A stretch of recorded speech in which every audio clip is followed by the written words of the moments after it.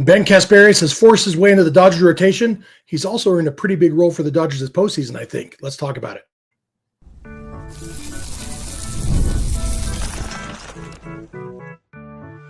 You are Locked On Dodgers, your daily Los Angeles Dodgers podcast. Part of the Locked On Podcast Network, your team every day.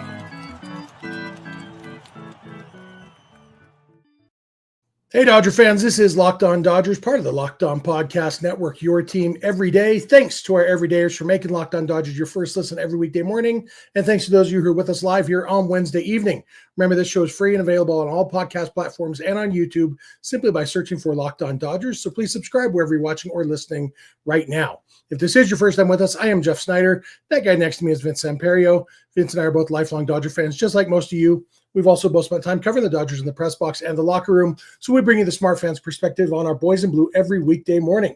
This episode is brought to you by FanDuel. Right now, new customers can get $200 in bonus bets when your first $5 bet wins.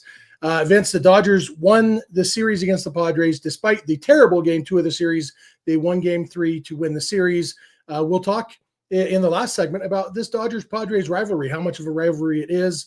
In the second segment, we'll talk about Teoscar Hernandez and Michael Conforto both coming through in ways that neither has in a while to lead the Dodgers to victory. But first, we're going to talk about Ben Casparius, who started this game. Seemed like it was originally Justin Robles, he was going to start. Then they said Casparius was starting. We thought, well, maybe it's more of an opener situation. And then they said 3 innings, 45 pitches. He ended up going 4 innings and 54 pitches, I believe. And then after the game, Dave Arbus said he's in our rotation now. Next time you see him, he'll be a starter. Couldn't happen to a nicer guy, obviously. We love Ben Casparius here at Locked On Dodgers. But also, he's earned the heck out of this job. Yeah, it makes sense. And we talked about this whenever the last injury was and kind of mentioned, Roberts mentioned Casparius and maybe him stretched out, and then ultimately it didn't happen. That was because Kirby Yates got hurt and the Dodgers didn't have any high leverage arms that threw right-handed in their bullpen anymore. So you kind of had to stay in the bullpen, and now they don't have starting pitchers anymore because Tony Gonsolin got hurt and they were already hurting in that sense anyway. So yeah, now they get Kopech back, they get Kirby Yates back, Ben Casparius gets bumped up to the rotation, and I don't know if we're going to talk about this in this segment specifically, but Rookie of the Year is something that the National League is pretty bad right now. So unless somebody gets called up or someone takes really, really good, Ben Casparius is right there. Yeah, absolutely. And moving to the starting rotation can only help that because he will get more innings pitched and get a little bit more. It's hard to win Rookie of the Year as a middle reliever, as a long reliever, but as a starting pitcher, and as a guy who can bounce between those swing role, swing man, starting pitcher, long reliever, high leverage reliever. He's proven he can do it all, and he's just unflappable, cannot be flapped. I tried to flap him once. I was unsuccessful. He's just really, really good and has that confidence. And so I'm sure some of that is the fact that coming into his rookie year, he's already pitched in the World Series in Yankee Stadium. The pressure of pitching at Petco Park in June doesn't compare to the pressure of pitching at Yankee Stadium in October. Didn't he pitch at Petco Park in October too? So he did that too. Yeah. So yeah, this is plenty of pressure he's already faced.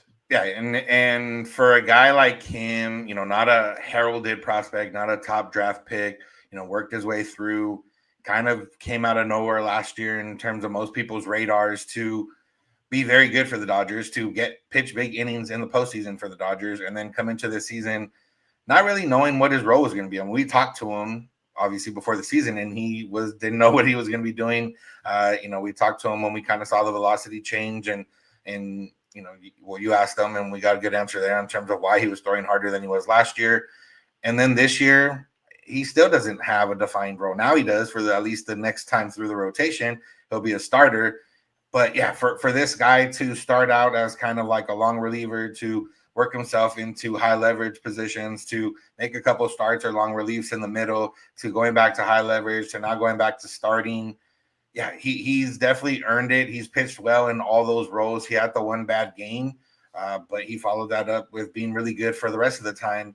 And other than walking Martin Maldonado with the bases loaded in this game, which was pretty annoying, he was pretty good in this one. Yeah, absolutely. And we don't really know how long he will be in the rotation. It's probably not for the rest of the season. In fact, I think we could say it's hopefully not for the rest of the season, because if it is, that means that some of the guys who are currently unhealthy never do get healthy, and like we want them to. I mean, if Blake Snell and Tyler Glasnow and Shohei Ohtani and Emmett Sheehan are all healthy at the same time, and Yoshinobu Yamamoto says something, oh yeah, Roki Sasaki at some point, like there's not going to be room for Casparius. But what I love about it is that he has proven that whatever role they give him, like he's not, Justin Robleski is going back to the minors at some point. Matt Sauer is going back to the minors at some point. Now Landon Knack is already back in the minors. Those guys are going to be back and forth. Ben Casparius is not going back to the minors this year, because he has proven that whatever role they need him in, he can fill. And that means he's going to be on the October roster. He's going to be filling some role, hopefully not a starter, because hopefully some of these guys they signed or acquired to be October starters, hopefully at least 4 of those guys are healthy. But having Casparius as a piggybacker or a high leverage guy, or, whatever role they need him in October, hugely valuable there. When you have a guy like, it's one thing to say, oh, we have Dustin May and we don't need him in the rotation in October, so we're going to move him to the bullpen. Dustin May's never pitched out of the bullpen. He could probably do a good job. And by the time October rolls around, Dustin May probably will have pitched out of the bullpen. But like right now, Ben Casparius is ready for whatever the Dodgers need him to do anytime between now and November. Yeah, you look at what a long reliever is in general, and especially on a postseason roster, it's usually, your worst starter. And that's kind of what it's been. And worst subjective, obviously, with the Dodgers and other teams. Ross Stripling was a long man at one point, and he was the Dodgers' worst starter, but he wasn't a bad pitcher. He stuck around in the league for a while, and there's been different guys like that throughout the years. For Casparius, like if he does end up being the long reliever as the Dodgers, quote unquote worst starter, he's a guy that's been getting outs in a few different ways, and even if he's their worst starter, he's probably their best reliever or one of their best relievers, and they'll be able to. As we saw last year, the Dodgers are going to, hopefully they don't have to do it as much as they did last year, piecing it together, bullpen games and all that type of stuff, but they're going to play each game as an individual game. And with the outlook of the rest of the series, Ben Casparius could throw 3 innings in one game and then close out another game, and then, be used in a fireman role in another game. Like there's a lot of different ways he can be used, and he's seen it all. He's done it all. He's pitched in the World Series. He's pitched in the playoffs. He's pitched, pretty much any role you can think of, and that's pretty valuable. Yeah, absolutely. And it will be kind of interesting because he doesn't fit the Brent Honeywell long reliever mold, but hopefully the Dodgers' hope is that their 13-man pitching staff in October doesn't have anybody as bad as Brent Honeywell, that it is, everybody is so good that, yeah, you might have to use Ben Casparius in a 8-1 win, just be, let's save the other guy, the high leverage guys, but having that and having Jack Dreyer, guys like that who can fill multiple roles, and maybe, if they get enough help, maybe they do have a Dustin May type there, maybe they do, make the whole bullpen out of Ben Casparius types. No complaints about that idea, but the one Ben Casparius they do have has been huge for them all year, was huge again, had, 3 bad hitters today. They happened to come in a row, cost them a run. Could have been 2, but Andy Pages throws even harder than Ben Casparius. But in the end, it was a great start for Casparius, exactly when they needed it to win a series. And that's, I don't think that's the last time we're going to say a sentence like that this year. Yeah. Other guys who came through in this game, Teoscar Hernandez, Michael Conforto, both of them have not come through in a while. Both of them came through huge on Wednesday in a about as important as you can get a game on June 11th. So we'll give Teo his flowers after giving him his opposite of flowers yesterday. This episode is brought to you by FanDuel. The NBA Finals are going on. In fact, Game 2 was tonight, and as you may have heard, the Indiana Pacers won again. They're now up 2-1 in the series, and yet, if you're looking at the odds over on FanDuel, Oklahoma City Thunder still minus 240 to win the series. Pacers are just not getting the respect. Do you think that the odds makers are wrong? Well, that could be your chance to do something really fun on FanDuel. put $5 on the Pacers and you can make some good money. Or even better, put $5 on something you're more confident about, win that bet, and get $200 in bonus bets. Put that on the Pacers to win, and boom, they're at plus 198 right now to win the series. You can make some pretty good money with that $200 in bonus bets. That's for new customers to FanDuel. All you got to do is head to FanDuel.com and place your first $5 bet, and if it wins, you'll get $200 in bonus bets. FanDuel, if you're wanting to, make yourself more invested in the NBA Finals and you want to use player props, performance trends, same game parlays, any of that stuff to put some money on it, check that out. Go to FanDuel.com. Again, if your first $5 bet wins, you get $200 in bonus bets. So make every moment more with FanDuel, the official sports betting partner of the NBA. Hey, we are back. Thank you again for making Locked On Dodgers your first listen every weekday morning. Thanks for being an everydayer if you are. If you're not an everydayer, it's really easy to become one. You just watch or listen every weekday morning, and then suddenly you are an everydayer. You can also go beyond the podcast and become a Locked On Dodgers insider by going to joinsubtext.com/LockedOnDodgers. Text directly with us, one-on-one conversations, and get access to our exclusive Discord server where you can talk Dodgers with other Locked On Dodgers listeners all day and night if that's what you desire to do. And for your second listen, be sure to check out Locked On MLB, hosted by our buddy Paul Francis Sullivan, a.k.a. Sully. So the Dodgers were trailing 1-0 in this game, and then Michael Conforto hit a solo home run to tie the game. Conforto's, fourth homer of the year, his second since March, I think. And we've been up and down on Conforto, but mostly down. He has been easily the Dodgers' worst hitter, and not just the Dodgers' worst hitter. He's been maybe the worst hitter in Major League Baseball, at least among people who are getting consistent playing time. That home run, you had a little bit of a snarky tweet after that home run, Vince. Do you still feel that way? What'd you say? Do you still feel that way? Yeah, I mean, I said he does just enough to keep going or whatever it was. I already forget what it was, but he does just enough to stick around. And someone kind of said, does he really though? And to me, to us fans, no, he hasn't done enough to stick around. We've already been putting him in the out of the lineup. We've been DFAing him. We've been putting him on the injured list. We've been doing everything we can with Michael Conforto on the fan side of things. It hasn't happened that way. But on the Dodgers side of things, on Dave Roberts' side of things, on whoever's, that front office, he has done enough. And, we try to find, why are they still playing him? Okay, exit velocity looked good, or this looked good, or that looked good. Ultimately, it hasn't led up to anything. And this might not lead up to anything, but it was a big homer in a good game, and it helped the Dodgers win this game. And much like guys like Kevin Vesia and Nick Ahmed last year, who weren't good in their overall stints, but helped the Dodgers win at least one game, I'll take it right now. Did Nick Ahmed help him win a game? Yeah, he went to hit a 3-run homer against the D-backs. That's one of his old teams, huh? Yeah. Oh, that sounds familiar, man. I forgot that guy was even alive.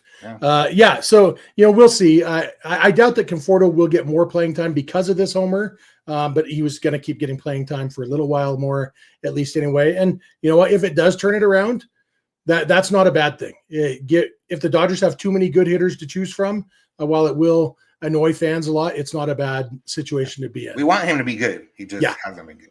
Exactly. Teoscar Hernandez, you could say kind of the same thing about him over the last month or so, 3 or 4 weeks anyway. And he had the big hit of this game. He comes up in a 1-1 tie and got, we talked a few weeks ago about how he is the best mistake hitter in baseball. And one of the big issues with his slump recently was that he wasn't even hitting mistakes. Either he wasn't swinging at them. Like I've watched him take so many juicy pitches recently, and he looks at a strike and then he swings at a slider 6 inches outside. Or when he does swing at him, he's not punishing him. This one, it was just a fastball basically right down the middle, and Teo did absolutely what Teo should do to a fastball right down the middle. Yeah, what did we talk about the last time he hit the homer? It was he's one of the best mistake hitters in baseball. Yeah, and this was a mistake. Not so, he had to put in the zone. The mistake was getting himself into a good hitter's count. Yeah, exactly. The pitcher couldn't throw strikes, and so he had to throw a strike, and Teo was ready for it. Yeah, and so I listened to most of this game on the radio. I had to drive and do some stuff during the game, but after his second at bat where he struck out again, and it seemed to be a really bad strikeout. I mean, even Steven Nelson, you could feel a little bit of his frustration with Teo, just kind of like the ball wasn't like it was just a bad swing. And you know, for me, as someone who talked about him yesterday, it's just like, man, you know, it sucks that he's looking this bad right now. Is he going to need time off? Is he, you know, I didn't link it to the injury for sure, but, you know, maybe that's something that's there. And then he comes up and he does that, and, you know, you feel better in the moment. He did the similar thing in a second at bat after the homer, or his first at bat after the homer, hit the ball hard, just missed it, but it was another pitch that he drove to center field. So if he can feel that, realize that, and be like, okay, yeah, maybe I should stop swinging at pitches that are never strikes and wait for pitches that are strikes. Yeah, it's definitely easier said than done. But he also I think he had a deep sac fly to the warning track in St. Louis, right? So yeah. maybe that, you know, maybe those are signs that he is starting to get it back. And with Teo, it's always going to be choosing the right pitches to swing at, because that's always been his weakness, is that slider outside. He is just like AJ Pollock before him and Yasiel Puig before him, you know, like that slider or curveball that ends up 6 inches outside. Some guys have a really hard time not swinging at it. And when they can keep from swinging at it and make a pitcher come into the zone, they can do damage. Yeah, it's just like he was at a point where the swings he was taking didn't just look bad. They looked like apathetic. And that wasn't apathetic, but that's just how bad it looked to that point, on top of the struggles. Yeah, and the big issue yesterday with Teo was when he's not hitting, the bad defense is way more glaring. You know, it took him an hour and a half to get to the ball down the line, you know, and I mean, bang, bang play at the plate when Teo jogged to get the ball and lobbed the ball into the cutoff man. It's like, I mean, I can do the math and say if he had sprinted and thrown it hard, they probably get that out at home, you know, and that's right. Obviously in an 11-1 game, that doesn't end up mattering that much. But if Teo can start hitting again, then we can, if Teo and Conforto both start hitting, then we can maybe overlook the fact that they make up 2/3 of a really lackluster defensive outfield. But in this game, everybody in the starting lineup had a hit except Hae-Sung Kim. He was replaced late in the game. It was kind of interesting in the 8th inning when Conforto made the last out of that inning. Kike Hernandez is in the on-deck circle to hit for Kim, even though there was a right-hander on the mound. And I was like, what in the world? And then Kike was at second base in the bottom of the 8th. And then Kike did lead off the top of the 9th. And we found out afterwards that Kim did he got hit by a pitch early in the game. And it got him on the elbow guard, but it still, like, it looked like it hurt him, even though it got the elbow guard. So I don't know if he needs a more heavy duty elbow guard or what, but Dave Roberts said after the game that it was a little bit tender and that's why they took him out. And I don't know if that contributed to his throwing error later in the game, because I'm pretty sure the hit by pitch came before the throwing error. So maybe that was when they realized, oh, maybe it's hurting more than we thought it was. So they decided to get him out of there. But hopefully that's not anything serious, because Kim has definitely been a bright spot for the Dodgers this year. Yeah, and if Kim is hurt, that means more Conforto by default. So yeah. Before we finish talking about this game and move on to our last segment of the Dodgers-Padres rivalry, or quote-unquote rivalry, depending on how you look at it, we got to shout out the bullpen a little bit for this game. The Dodgers, we mentioned Casparius obviously was great. Just the 1 run in 4 innings. And then the bullpen combined pitched 5 innings and allowed 0 earned runs. 1 unearned run that scored because of that error by Kim. It allowed Manny Machado to get to second base. He ended up scoring on a sac fly. So he wouldn't have scored without that error. So 5 innings, no earned runs. Everybody who pitched today, except for Michael Kopech, did a great job. Michael Kopech was bad. He got the first guy out, and then he walked the next 3 guys and was out of the game. And he just wanted to give Banda redemption. Yeah, because Anthony Banda, as we know, he's already allowed 2 grand slams this year. He's halfway to the record for a relief pitcher in 1 season. And he comes in with basically, and obviously, first it's Luis Arraez. Luis Arraez is not going to hit a grand slam. There is no world in which Luis Arraez hits a grand slam off of Anthony Banda. I thought he might poke a single. He didn't. He popped up. Banda pitched him really well. But then it's Manny Machado. Manny Machado hits a lot of grand slams. Manny Machado hits lefties really well. Anthony Banda gives up a lot of grand slams. The math was mathing for Machado to hit a grand slam there. And then Banda goes 3-0 on Machado. And I was in my car at the time. I was listening on the radio in my car, driving my son to his baseball game. And I told my son, I said, Manny is swinging at this 3-0 pitch. And the reason he is because there's absolutely no reason he should swing at the 3-0 pitch here. Like just no reason at all, which is how Manny's going to do it. And he did. And he hit a ground ball. Mookie made a very nice play. Manny Machado grounded out with the bases loaded on a 3-0 pitch. Very few things make me happier than that. Getting out of that inning was huge. The fact that it was Manny added 1% to my happiness there. Yeah, I think it lends itself to what we're going to talk about next, because I think if it was any team but the Dodgers, I don't think Manny Machado swings there. Yeah. Machado definitely is in on this rivalry. Do you notice today, by the way, Machado is wearing high socks? Machado usually wears his pants down, all the way down to his ankles to hide the fact that he has the chickenest of chicken legs in Major League Baseball. Today, he wore the high socks, baggy pants, and then tight socks. And if you listeners, if you didn't notice, you need to pull up this game and watch it and look and pause and see. There is nary a single muscle to be found on Manny Machado's calves. His calves, my 13-year-old son is 6'2" and weighs 150 pounds, and his calves are as big around as Manny Machado's. And I don't think I'm exaggerating.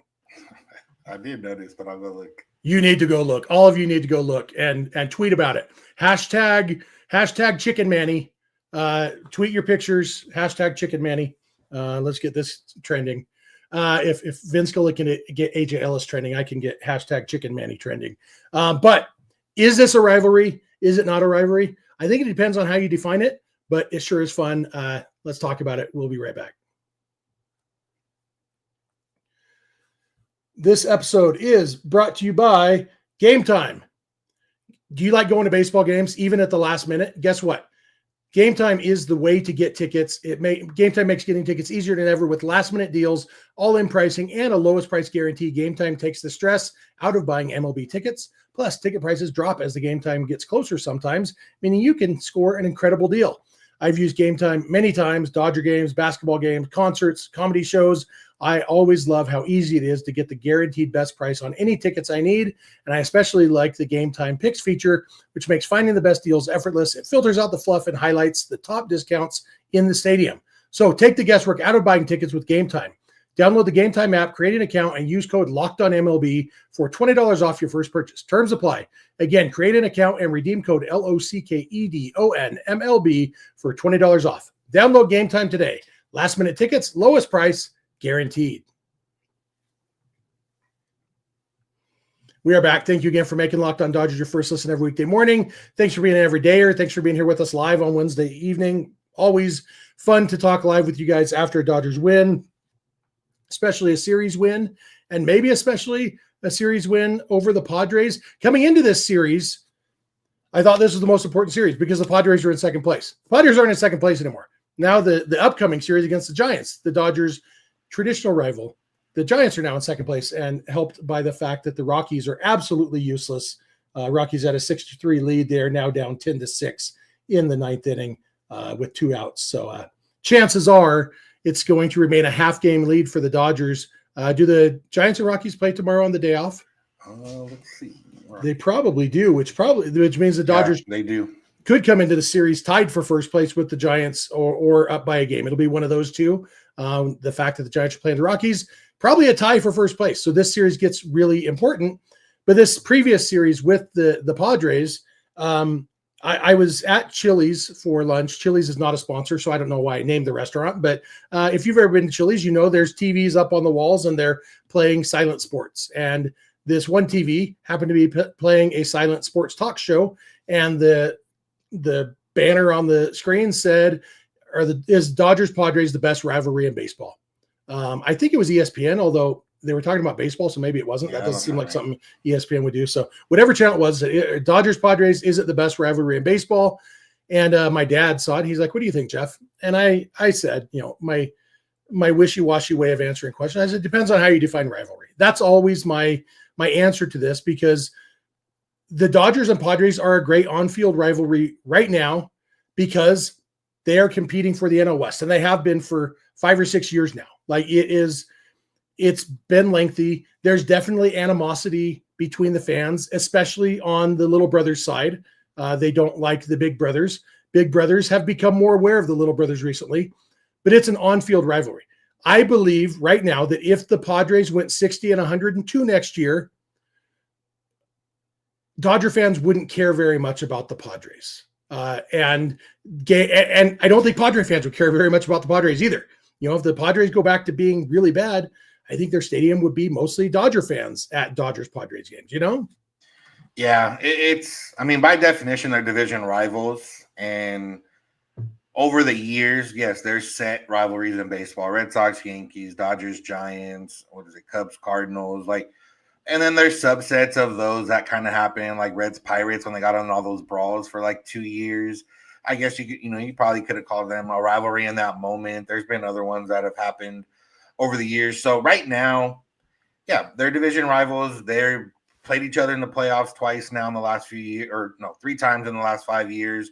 They have in good games when they play on the field. So yeah, as of now, they are a rivalry, but they're not a long-term rivalry. And I guess it just depends how you feel about it.